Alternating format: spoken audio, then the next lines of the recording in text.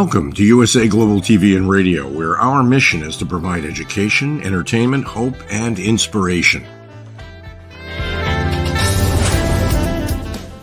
USA Global TV and Radio connects you with experts and audiences all around the world every single day to help you succeed in business and to live a richer life. Visit us at usaglobaltv.com to learn about career and life-changing training and mentoring programs like the Listening Mentor. Subscribe to our newsletter to stay informed about our special programs and offers. Discover how you can become a guest on one of our shows or a host or producer of a USA Global TV and Radio show of your very own. That's USA Global TV and Radio, where the doctor is always in.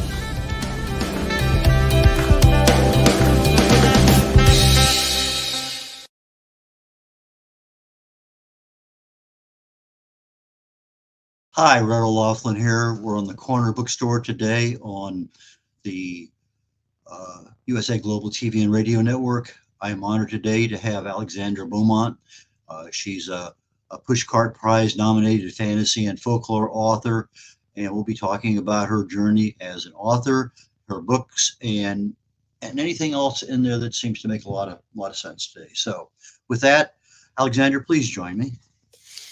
Hello, lovely to be here. How are you doing? Exceptionally well, as always. I think that accent kind of gives things away a little bit. It does, doesn't it?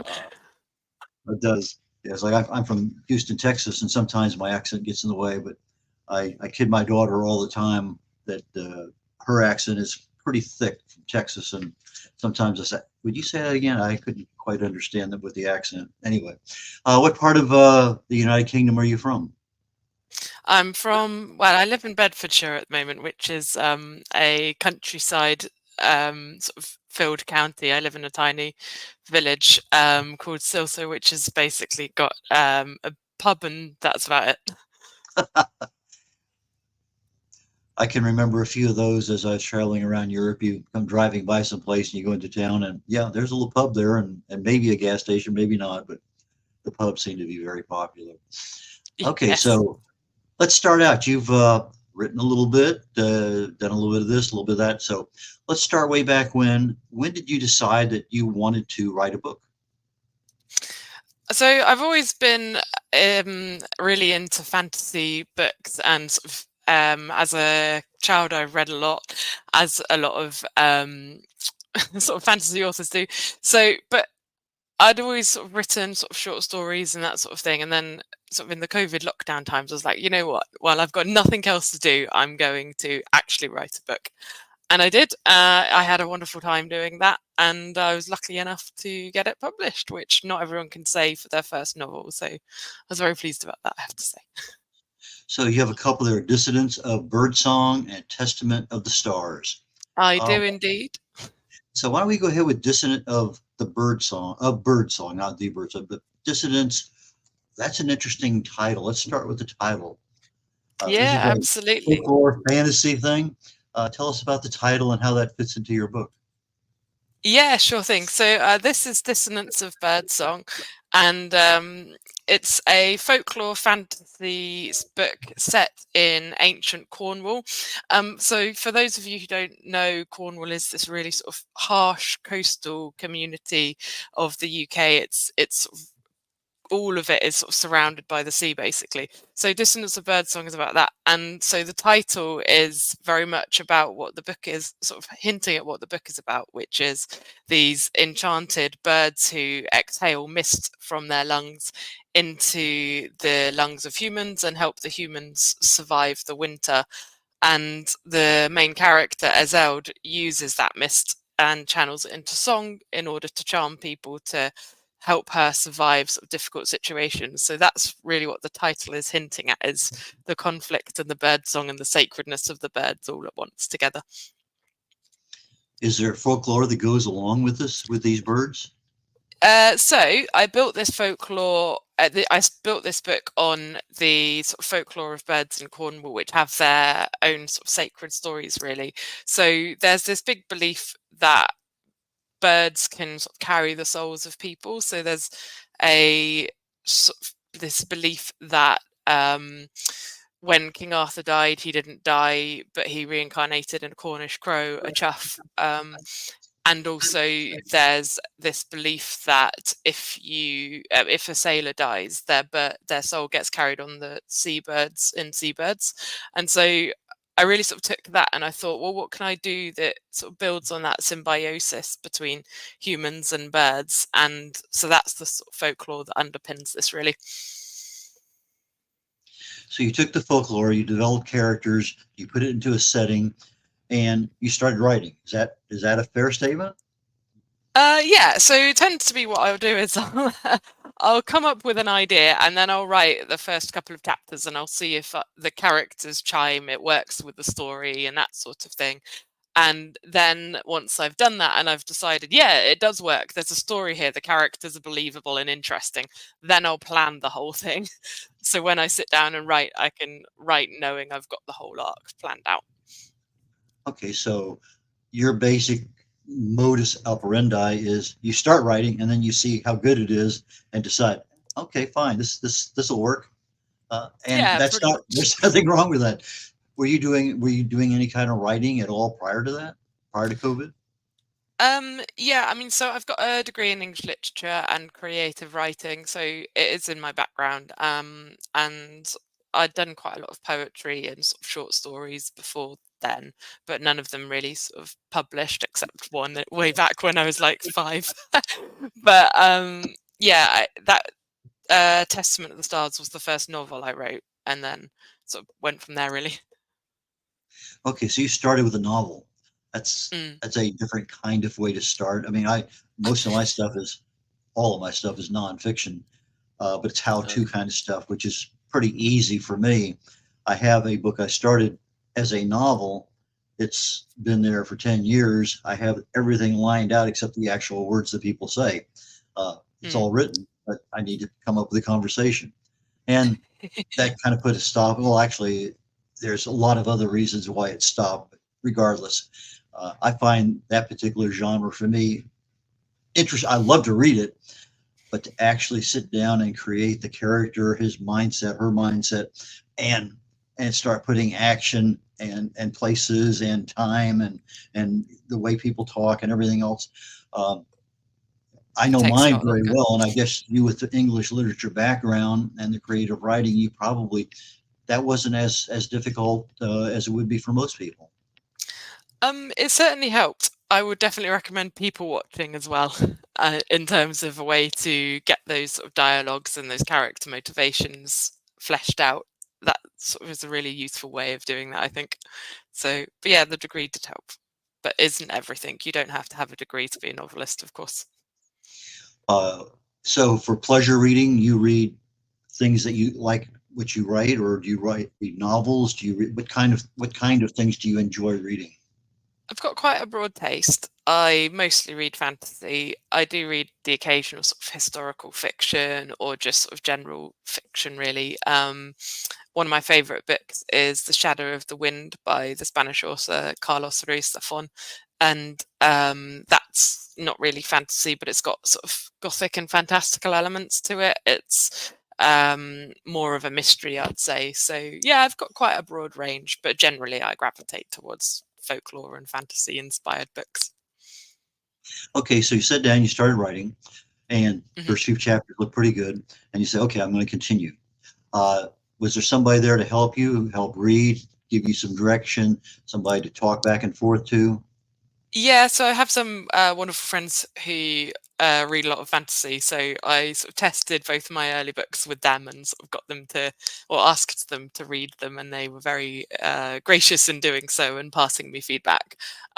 So that's been very good. I'm also very lucky, and I'd be remiss if I didn't say this, that my husband is a professional editor.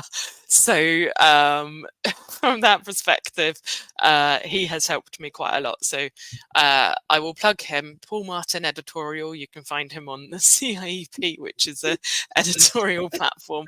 I definitely recommend him. He helped me get my books done. Okay, well, let me ask you a question because it came up last week talking to an Mm. author, and her husband was one of the characters in the book. You know, obviously by a different name, but Has that ever occurred to you that your husband might become a character in a book? Would I admit it if I had done that? Possibly not. No, maybe. I think you borrow elements from people you know in life anyway. So yeah, I suspect there's aspects of different people I know wrapped into the characters, but never have I faithfully said that one person is that person. Okay. So there's no threats out there that I'm going to create a character with your name and you're going to be killed in the first chapter. No, no. Uh, so editing is always a bugaboo for most of us that who write. Tell us about your editing journey. What happened? Where did you get to, and what kind of success and failures did you find along the way? So I think one of the main things I learned between editing Testament of the Stars as my debut and then Dissonance Birdsong as the sort of next book that I wrote after that is I realized that when I was doing Testament, I had quite a lot of things that I needed to go back and fix from a sort of consistency perspective. And that was despite having planned out the whole of the story. And I think that kind of happened because my ideas had sort of developed as I was writing, and then so early concepts that I'd written then sort of needed to change to match the ideas as I'd sort of further developed them as I was writing, which I guess is inevitable when you're writing a book for the first time as well. You don't quite sort of have the full sense of how to plan one if you've never done it before, because it's completely unique.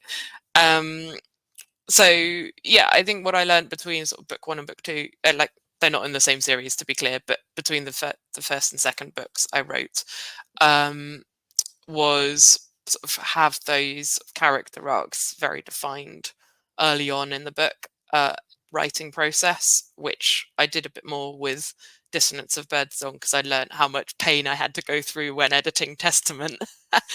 um, but yeah, so I think having that and that made editing Dissonance of Birdsong much easier. I was also very grateful to have defined a publication process through my publisher to help me edit as well. Okay, so you have a character, you introduce Mhm. that character. Do you have a picture or something that you use to kind of get you in the mindset of when you're using that character's voice? Uh, how do you separate your characters when in your mind when you're writing the dialogue? As in from between one character to the other. Correct. So I think I try and have a very clear idea of the type of person that I'm writing. For instance, in Dissonance of Birdsong, Ezeld is quite sort of practical. She is a bit no nonsense. She's very direct at some places, and she's quite forthright about what she wants. Her sister Nessa, who is a very key sort of character in the book as well, is a bit sort of softer, is warmer, even though she's the warrior of the two of them. She's kind of quite a bit sort of like brighter and more compassionate in terms of her demeanor. And that just helped sort of set the relationship that I wrote between the two of them. So yeah, I think I sort of have buzzwords that I associate with them, and I always have a Pinterest board and a playlist that sort of connects for the different characters as well. So that helps me sort of visualize them in some sort of way as well. So you have the Pinterest board, and that Mm, keeps you aligned with your character, which is super important because you don't want to be changing them in the middle of the stream. But uh, yeah. is that a lesson learned that you did as an author? Did you didn't start out with the Pinterest board, or did you? I did Pinterest boards for both of the books. It's definitely helped me. I think the main things are like decide what eye color they have, what's their physique, how do they walk, what's their hair like, what weapon do they fight with, that kind of thing. Because there was a few things where when I was doing sort of the first edits for Testament of the Stars, where like in one scene they'd have a sword, and then in the next scene they'd have a dagger and things like that. Really easy things to creep in, but if you know categorically up front, like that character uses a dagger, then there's no way you're going to get that wrong. So yeah, I think there's quite sort of I sort of make a character profile that has all that stuff in it before writing. Okay, so you have the character development, which is critical. You have Mm, the vocabulary, or whatever you want to call his cultural way of talking. I Yeah. assume a lot of this folklore fantasy, because it's back a ways in time, you have to have not the current English vernacular, that you're actually using some of the verbiage from way back when. So this is quite an interesting one. Oh, sorry, were you still saying something? It paused. It lagged over there. No, I'm we're all sorry. good. Okay, I think there's a bit of a delay on the line. Um, yeah, in answer to your question, there's quite an interesting school of thought on the language of sort of modern books, because even though you are writing in a sort of historical setting, you're still very much writing for a modern audience. So it's not very sort of the done thing to write completely archaically. So I think you just kind of want little notes and nudges and hints towards it without sort of writing in Shakespearean English or ancient world texts or text and that sort of thing. So yeah, you kind of want you hint at it without sort of going right down that rabbit hole. Okay, so I can have instruments, weapons, clothing with old time names, archaic names, so to Yeah, speak. that kind of thing. And I'm not really talking that, but it's part of the description of what's going on at that time. Okay, that makes a lot of sense, because that was one of the questions I had when I have something that took place 500 years ago or 1,000 years ago. Yeah, most of the books I read are, as you say, in modern English for the reader to Yeah. understand. But they have certain things occasionally that they come, okay, what is that? And I got to go look it up, or wait and see if it's explained 2 or 3 pages later, which most of the time they do. So, um, you wrote your first book. Let's go ahead and take a look here at the second one, Testament of the Stars. Tell us a little bit about that one. How did that one start, and why did you shift from Testament of the Stars to the birds? So Testament of the Stars began when I had this idea basically where I wanted to take this idea that was very prevalent in the Tudor times, where they believed that the star you were born under, the star sign you were born under, would set the path and the fate of your life. And I thought, that's interesting. Wonder what that would be like if it was a religious system. So I created a fantasy world where there were these three sort of contested settlements basically that all had their own stars and star rocks that had sort of fallen within their settlements, and they all worshipped them in slightly different ways. And that was a really interesting sort of story for me. I really enjoyed writing it. When I had basically then another idea, which was the birds idea.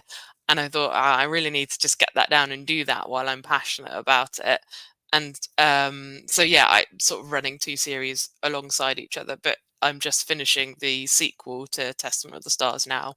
So that's going to be a duology. And then that will be finished. And then I'm just going to go back and live in the birds world forever. Forever, huh? Uh, Forever until I get another idea, right? Forever until another idea pops up. Okay. Yeah, Uh, so that's author the life. Test Stars, is the location of that nearby the birdsong? The is in where it's set. Yeah. So I don't live near Cornwall now. My mum grew up in Cornwall, and so I sort of grew up on learning a lot of the folklore stories that she grew up with, and so she told me a lot of those. So it was kind of quite special to my heart for that reason. But no, I sadly do not live on the coastal cliffs of Cornwall. The reason I was asking is sometimes people go to a particular place, vacation, or it doesn't Mm. matter what it is, and that, okay, I would love to have a book written with this locale. And so I was just kind of wondering, is there a part of England that you visited, or Wales, or wherever it may happen to be, that you can say, perfect setting for what I want, and then everything kind of developed out of that. Yeah, no, I mean, I've been to Cornwall a lot, obviously. Like my mum took me back there a lot to sort of show me the places that she loved and that sort of thing. So yeah, I mean, it's definitely in there, but I think the sort of drive to write something set in Cornwall came from like my love of the stories and the background to it, really. Um, how much time occurred between finishing one book and starting the next? About a year, I think, maybe between 6 months and a year. That's pretty Sort of fast. COVID time was so vague that I can't even tell you how many months passed within it. So, but yeah, I write quite quickly when I get going. So, Okay, so you're writing, you have this boom, boom, boom, everything's falling in. When do mm. you start telling the world that you have a book coming out? um, with these two, I only told people once I'd got publisher buy-in for it, because until then I wasn't even sure that it was going to happen. I started this as a kind of like, just see what happens, do it for a bit of fun, not sure if it's going to definitely get anywhere, but I'll try, so let's see. And then it happened, and then I sort of had about 6 months where I was like, nah, it's not happening, I don't believe it, this can't be happening. And then it was. So yeah, I very much waited until it was all agreed with the publisher, and then I could stop pinching myself and convincing myself that it was true. Okay, so your marketing campaign kind of lagged a little bit to say you got the book published and then, hey world, here I am. Oh no, once I had the publishing contract agreed, there's like about sort of 18 months sort of gap between between signing the contract and when it publishes. So yeah, I had like 18 months to then hype it. So that was fine. Yeah. Well, tell us a little bit about the hyping. You know, what did you do? What seemed to work? What would you not do again? So obviously, like, a lot of hype is done on social media these days. So when I was starting to write, I set up an X account, Twitter as it was then, um, and that was really helpful to sort of connect with people. In fact, that was how I found my publisher, to be honest, which is Bridget Press. It's an American publisher, and they were on there sort of doing like what's called Twitter pitch events. So basically authors will tweet like a little bit of information about their book, and then on specific days, and then publishers will click like, and if they like it, then you query them and send them the full manuscript eventually. And that's how I connected with Bridget. So yeah, that's quite lucky. But what I do a lot of is I tweet about folklore, or on Instagram as well. I post about folklore every day. And that just sort of generates interest connected to the kind of things that I'm writing about as well. So you sort of find people through sort of the wider interest, basically, and then hope they come and find you and like your books as well. So for fantasy folklore, what social media platform do you think worked out best for you? I have my largest following on X or Twitter. So that's quite good from that perspective, because there's a big folklore community there. I'm starting to build up on Instagram as well, just because now like I've got a bit more visual content, and starting to post more folklore on there, and I've finally learned about brands, maybe, who knows. But yeah, I'm growing my following on Instagram as well, and I think my social tag is there, which you can find me on X through that, but also on Instagram through that same tag as well. Okay, did you explore using a publicist or anything, or you just everything resided with the publisher? So my publisher very lovely sort of has appointed a publicist, which I found very helpful, because that sort of gives me access to interviews and sort of opportunities like this one that I wouldn't otherwise find. And yeah, I think that's been really valuable, actually. Okay, so your publicist is getting your real face out in front of the crowd, and then when you're in front of the crowd, then you're holding up your books and saying, this is whatever. So the covers, they're kind of unique. Once you hold up that one there that we did just a moment ago. Here it is. Yeah, that is, how did you decide that was the cover you wanted? Because it's, you have a dark-haired girl looking out, and birds in the background, birds in the foreground, colors black, yellow, blue. Tell us a little bit about how you came up with the cover design on that particular book.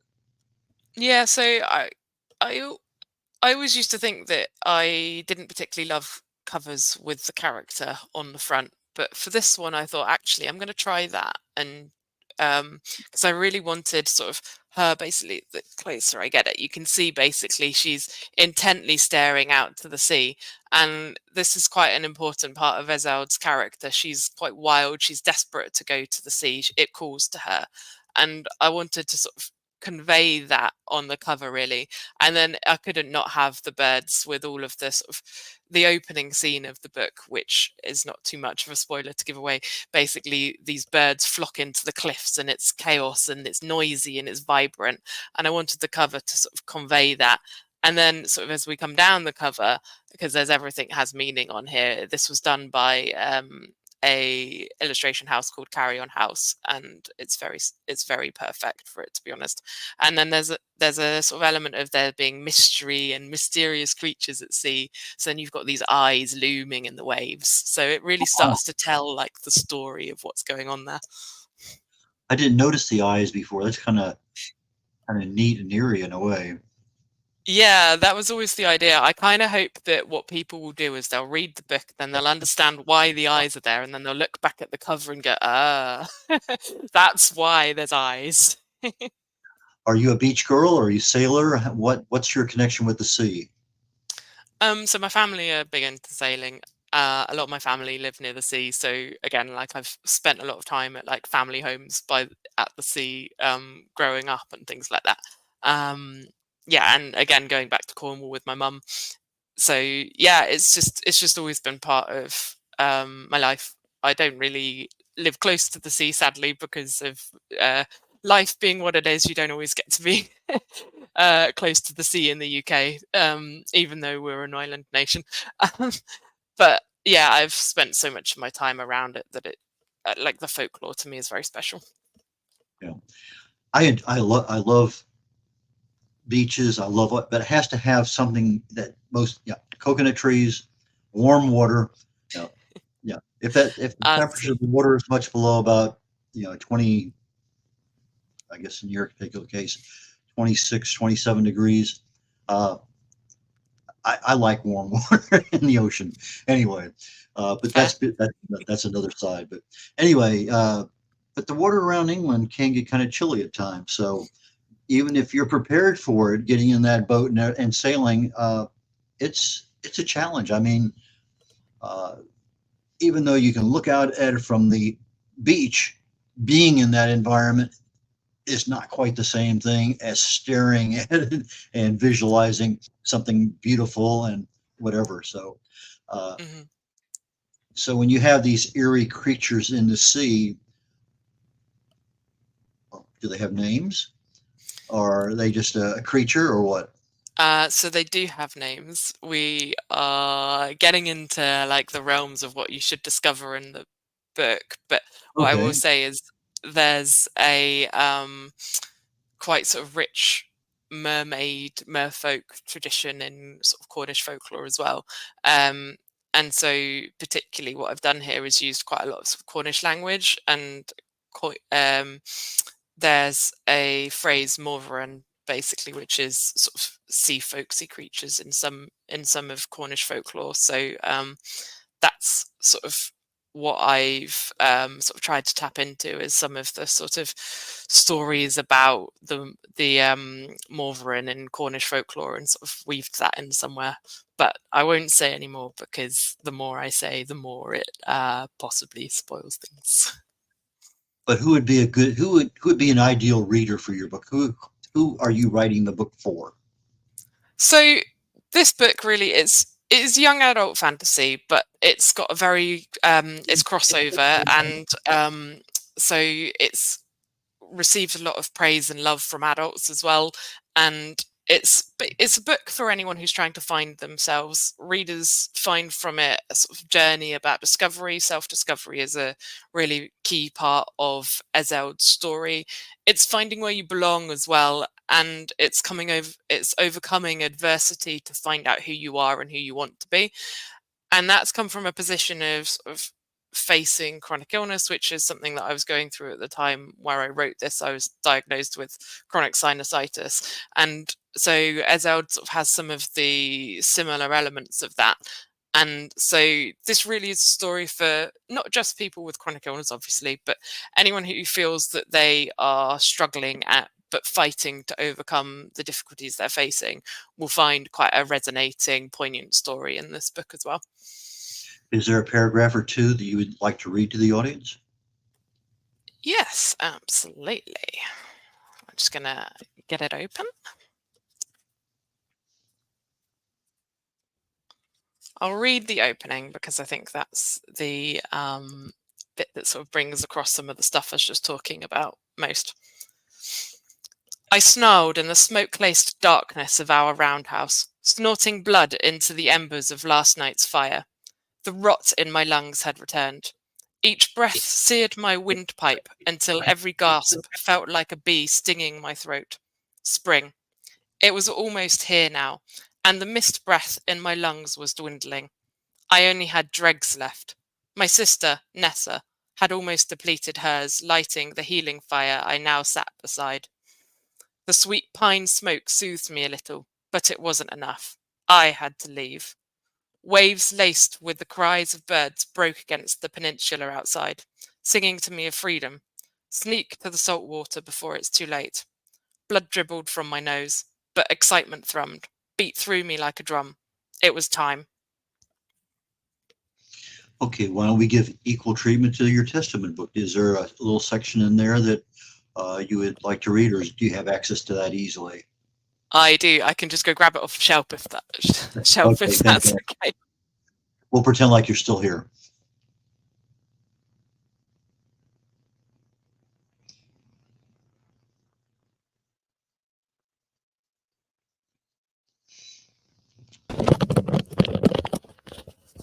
I should have planned for that. I'm sorry. I should have told you about that when we were backstage, and that's my fault. I take blame for that. It's all good. Okay, I'm ready when you are. Go for it.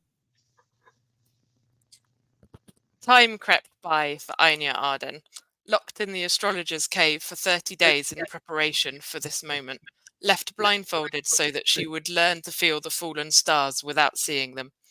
They were so close. They felt like her own shadow, but she didn't feel ready to join the settlement star worshipping cult. Initiates, your day has come. Astrologers, enter. Anya flinched a little as the clear voice rang out, breaking the long silence. Sounds of shuffling leather shoes echoed through the cavern as the established astrologers sidled in. She twitched as bodies bustled by, knocking against her where she knelt. Soft hands brushed her cheeks before tugging away the blindfold. She couldn't make out the face of the person who'd done it, as cracks of sunshine splintered around the gap in the door that led into the cave, blurring her vision in the sudden light.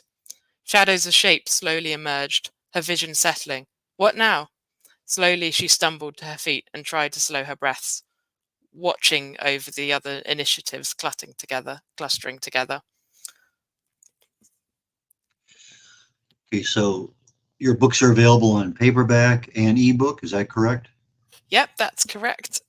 You can find them on Amazon. You can get them on Barnes and Noble, various other places as well. You can get them also in the UK through Waterstones for Dissonance of Birdsong. And yeah, you're seeing it now on the screen. Lovely covers next to each other, hopefully. Yeah, and I'd love to hear what you think as well. I'd love to have some reviews and see what you liked most about the different books. Okay, I noticed that the cover of the Testament book is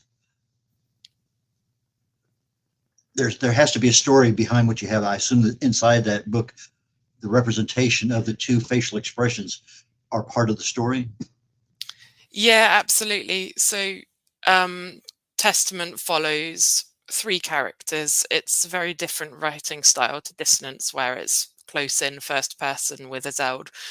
Testament is third person. It follows the two people on the cover. One is Anya Arden, who you were introduced to in the extract I just read, and she's a aspirant astrologer who's worked really hard to get that, because when she becomes an astrologer, she wins the right to marry who she likes, and that's Tolska, the person underneath. So it's Anya on top and Tolska underneath.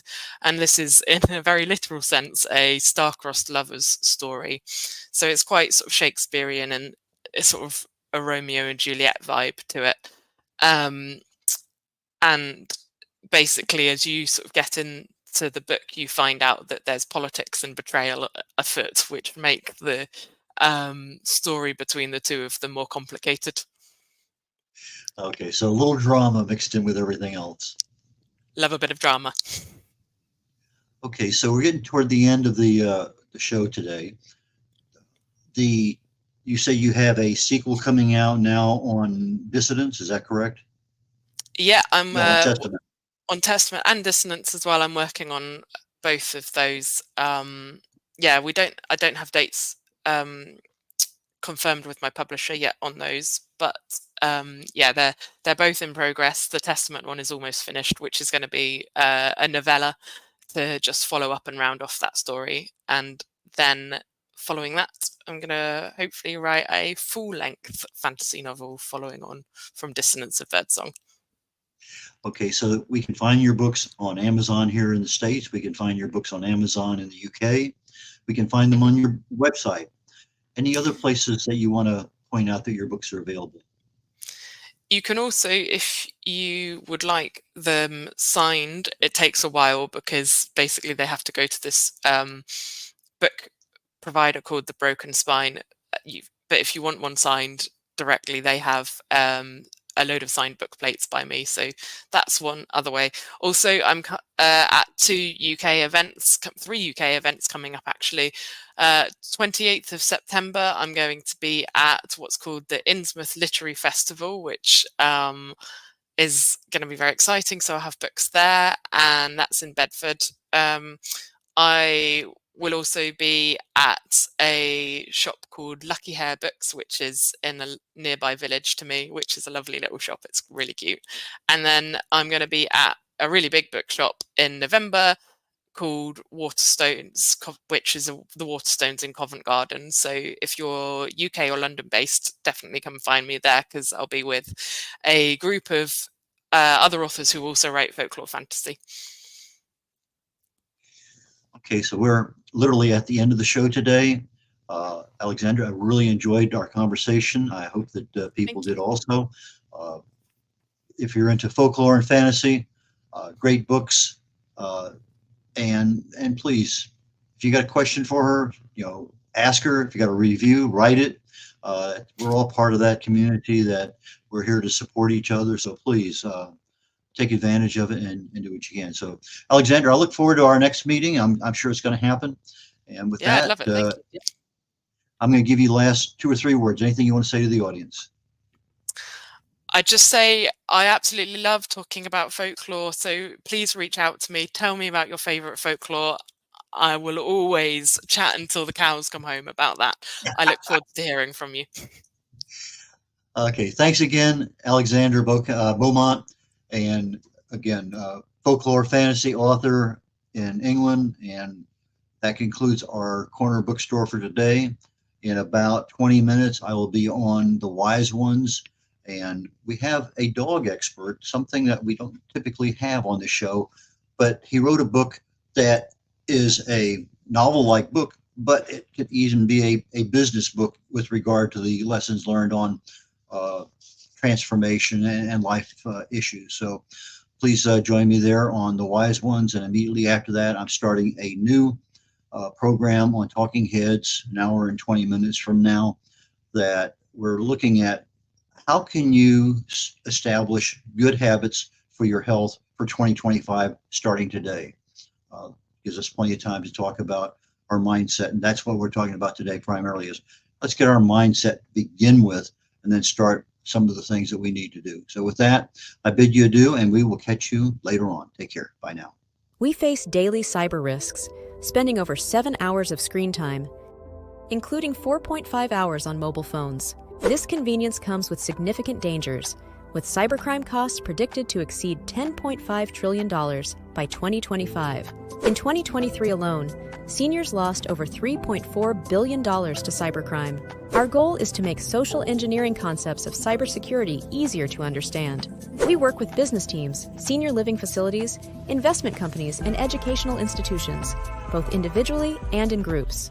We offer real-life examples to help you recognize and prevent attacks, with sessions available both in person, in selected regions, and remotely. Schedule your training session, or to learn more, contact us today.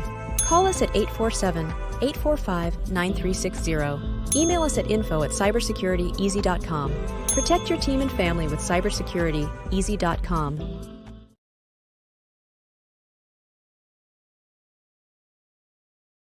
My name is Dr. Felix Kravitz, and I am the founder of cybersecurityeasy.com, LLC. We live in a world full of vulnerabilities and cyber risks. We spend almost 4.5 hours a day on our mobile phones. It's over 7 hours of screen time daily when including computer use. We often forget that this convenience comes with risks. Published data predicts that the cost of cybercrime will exceed $10.5 trillion in 2025. These numbers encompass not only businesses, but also each one of us, including our children and our parents. In 2023, the FBI reported over $3.4 billion lost by seniors aged 60 and older. Cybersecurityeasy.com LLC's initiative is to massively support the community by providing cyber safety coaching and improving social engineering awareness. Our goal is to make social engineering concepts of cybersecurity easier to understand. We work with business teams, seniors, and educational institutions, both individually and in groups. We cover various topics, from phone phishing attacks to AI-generated voice cloning, robocalls, password protection, and more, using life examples. Talk to us today. Call us at 847-845-9360 or email us at info@cybersecurityeasy.com.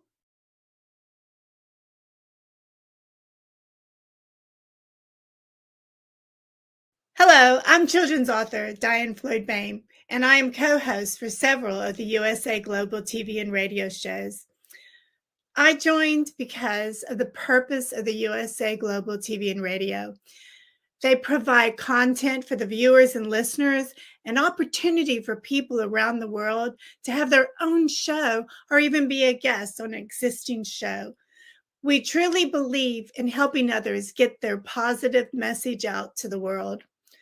We also have the opportunity for the listeners. You can watch on several platforms, and on YouTube, you can ask questions and even give a comment. We absolutely love it. I love being part of the USA Global TV and radio because I love positive messages, and who doesn't? And we need more of that in the world. We are a family, and we hope you will join us and become part of the family too.